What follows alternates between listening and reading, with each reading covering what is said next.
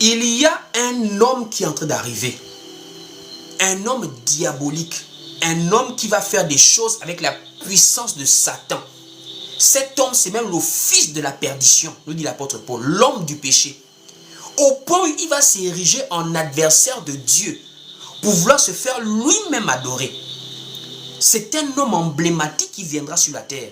Et c'est l'Antichrist. C'est même de lui également que Daniel parle. Lorsque Daniel nous fait comprendre qu'il y aura une solide alliance.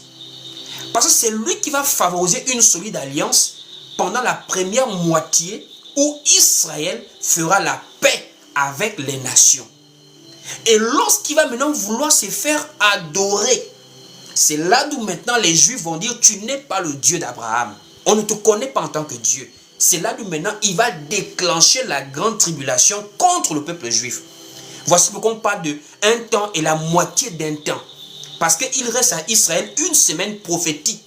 Et durant cette semaine prophétique, il y aura maintenant une moitié de cette semaine que Daniel appelle la moitié d'un temps, où il y aura une solide alliance entre cet homme et Israël qui va faire une alliance avec Israël et les nations pour avoir la paix.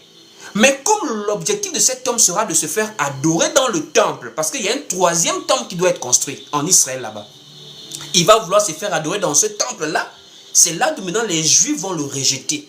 Quand les Juifs le rejettent, c'est là où maintenant il va déclencher la tribulation contre les Juifs. Voici pourquoi actuellement là, il y a cette guerre en Israël. La guerre israélo-palestinienne, en réalité, c'est une guerre qui cache les intentions d'Israël. Israël veut reconstruire le temple. Parce que jusqu'à présent, Israël ne reconnaît pas le temple de Dieu comme étant un temple spirituel, que Christ est le Messie. Israël, pour eux, ils sont jusqu'à présent coincés, bloqués dans l'ancienne dispensation. Parce qu'ils ont été voilés pour que le salut soit accessible aux nations. C'est ce que l'apôtre Paul explique bien dans le livre de Romains. Qu'il a fallu que Israël tombe dans le voile pour que nous puissions avoir accès à la grâce.